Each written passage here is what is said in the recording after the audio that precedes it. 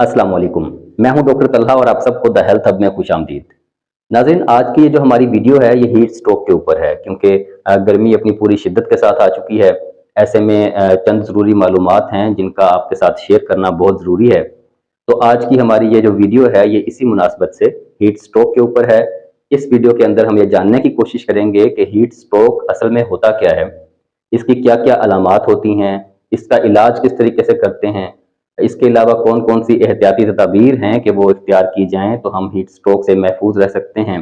तो आज के इस टॉपिक को शुरू करने से पहले अगर आपने द हेल्थ हब को अभी तक सब्सक्राइब नहीं किया तो द हेल्थ हब को सब्सक्राइब करें और बेल आइकन को लाजमी प्रेस करें ताकि आने वाली आपकी सेहत से जुड़ी हर नई वीडियो बर वक्त आप तक पहुंच सके। नाजरीन, सबसे पहले हम ये जानने की कोशिश करते हैं कि हीट स्ट्रोक होता क्या है।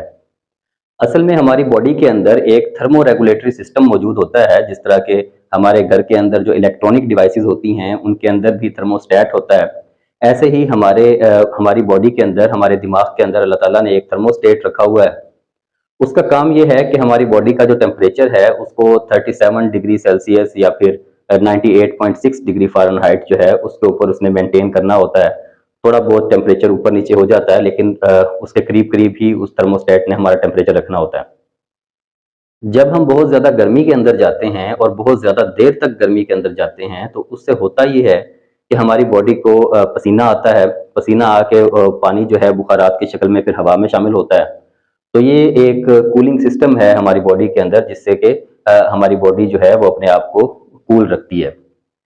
लेकिन अगर आप बहुत ज़्यादा देर के लिए गर्मी के अंदर रह गए हैं और आपकी बॉडी का पानी जो है वो पसीने की शक्ल में निकल चुका है और मज़ीद पानी जो है वो पसीना आने के लिए मौजूद नहीं है, तो उससे ये होता है कि हमारी बॉडी का टेम्परेचर बहुत तेज़ी के साथ बढ़ना शुरू कर देता है और 10 से 15 मिनट के अंदर-अंदर हमारा जो टेम्परेचर है वो 103, 104 डिग्री फ़ारेनहाइट या फिर इससे भी तजावुज़ कर सकता है। इस कंडीशन को हम हीट स्ट्रोक बोलते हैं।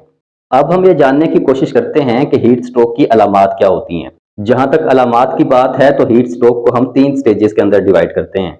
पहली स्टेज जो है उसको हम हीट क्रैम्प्स कहते हैं। इसके अंदर आपके पट्टे जो हैं उनके अंदर आपको खिंचाव, अकड़ाव वगैरह महसूस होता है। दूसरी जो स्टेज है उसको हम हीट एग्जॉस्शन बोलते हैं। उसमें ये होता है कि आपको बहुत ज़्यादा पसीना आ रहा होता है, आपको बहुत ज़्यादा प्यास लग रही होती है, आपको सर दर्द की शिकायत भी हो सकती है।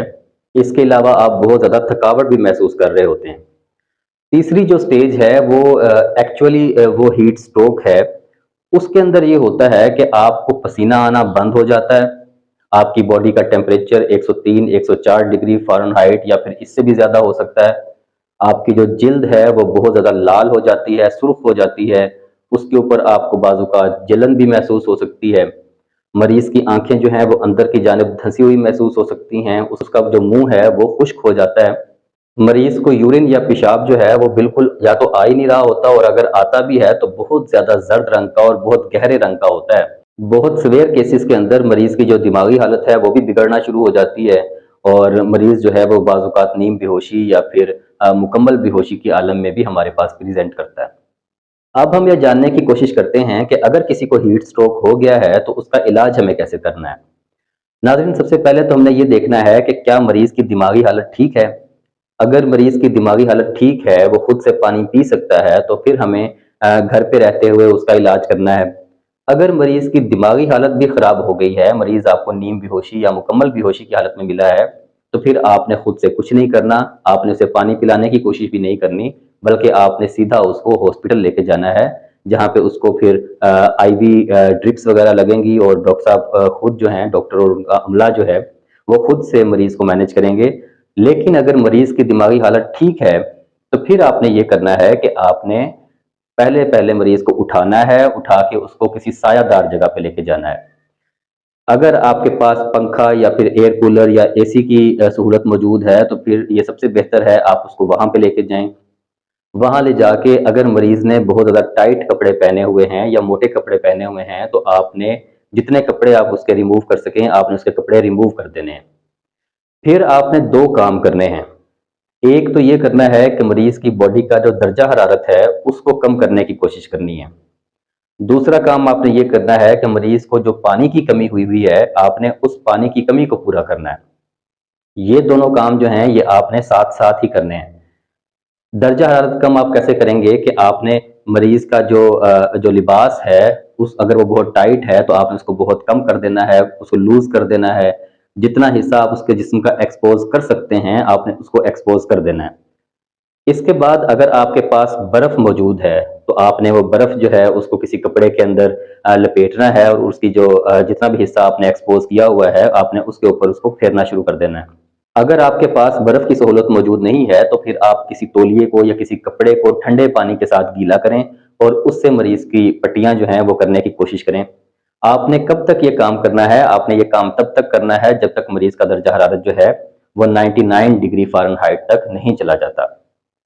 साथ में आपने ये करना है कि आपने मरीज को पानी पिलाना है। पानी आप उसको पिलाते रहें, थोड़ा-थोड़ा करके पिलाते रहें। यकदम से बहुत ज़्यादा नहीं पिलाना कि 3-4 गिलास आप पिला दें और मरीज को उल्टियाँ शुरू हो जाएँ, तो आपने इस तरह भी नहीं करना।